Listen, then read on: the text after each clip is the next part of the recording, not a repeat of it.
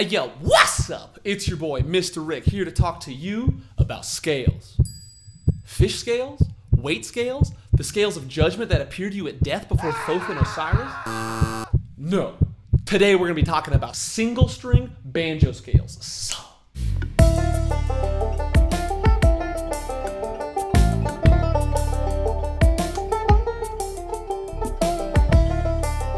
I've been live streaming the scale exercise that sounds like this.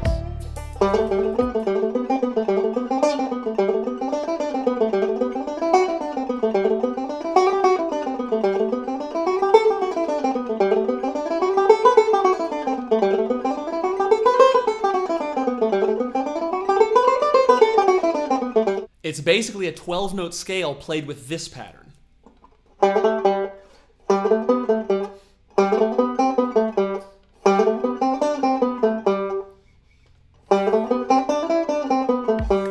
All the way up to 12 notes, and then back down. I do this for all the modes of a key, and then I reverse it, which sounds like this.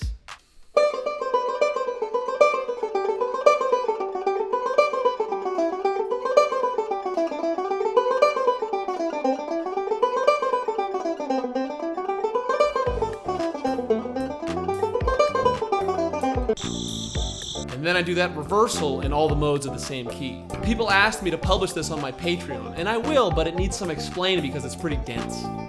Basically, where the 12-note scale comes from, if you're into math, is playing 3 notes per string on 4 strings, giving us 12 notes.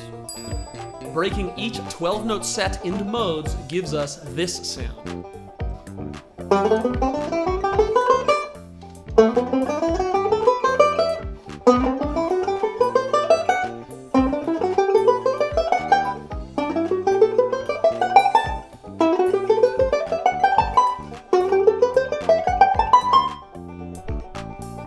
Now let's pay attention to the fact that each string gets 3 notes. This is going to cause your hand to make these kind of shapes.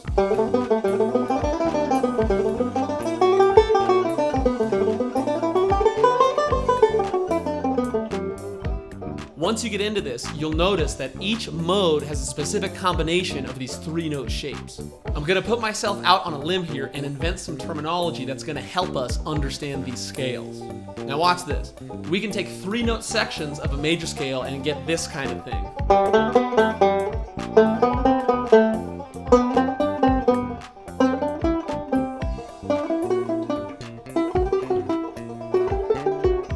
Anyway, hear me out. Looking back at these scales, these 3-note groups only come in 3 forms, and I have named them the major trichord, the minor trichord, and the super minor trichord. The major trichord is 2 whole steps, the minor trichord is a whole step and a half step, and the super minor trichord is a half step then a whole step. These are the only 3 possible 3-note groups in this scale exercise. So now that you're more familiar with the concept of the trichord, you'll begin to see that each mode is a different combination of 4 trichords, 1 trichord per string. Let's look at G Ionian. This one is made of major, major, super minor, and super minor. Now let's look at A Dorian. This is made of minor, major, major, and major. How about B Phrygian? This one is made of super minor, minor, minor, and then major.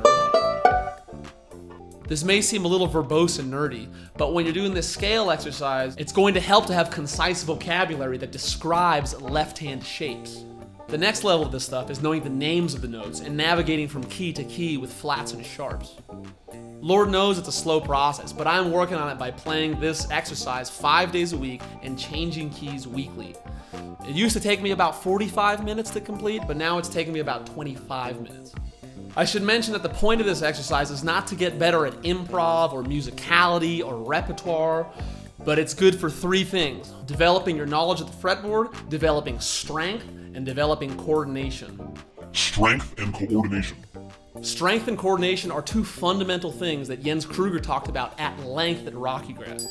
He said that strength and coordination allow him to do the thing that really matters, which is the expression of his intuition. You've got to see yourself as a conduit of your intuition, and developing a strong and coordinated body is absolutely necessary, at least on this channel, for the expression of your musical intuition.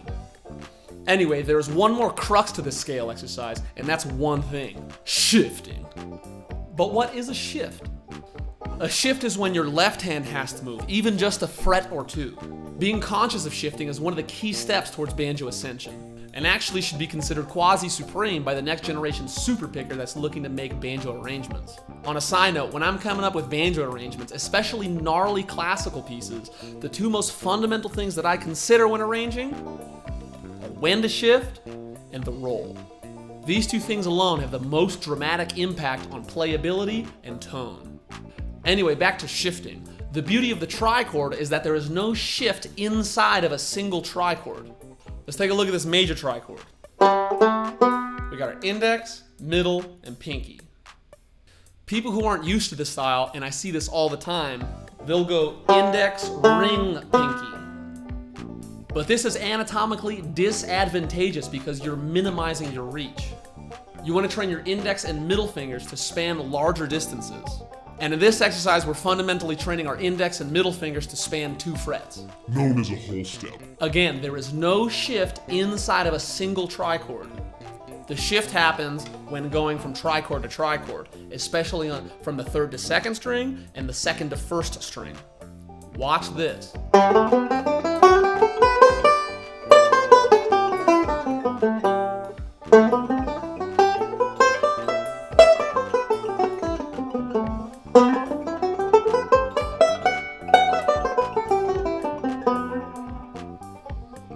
Because of the shifting between the 2nd and 3rd strings and the 1st and 2nd strings, I'm going to divide the next few play-alongs into beginner, intermediate, and advanced. The beginner videos are going to have 3 and 6 note scales only on the 3rd and 4th strings.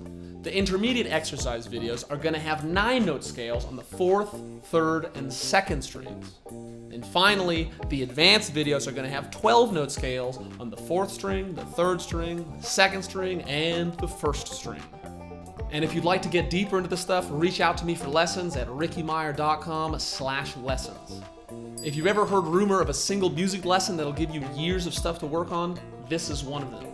So instead of going to music school, you can Venmo me your college tuition directly at Ricky-Mier. And if you want to see more, you can smack that like button, leave a comment, and hit subscribe for more fly banjo content. Peace!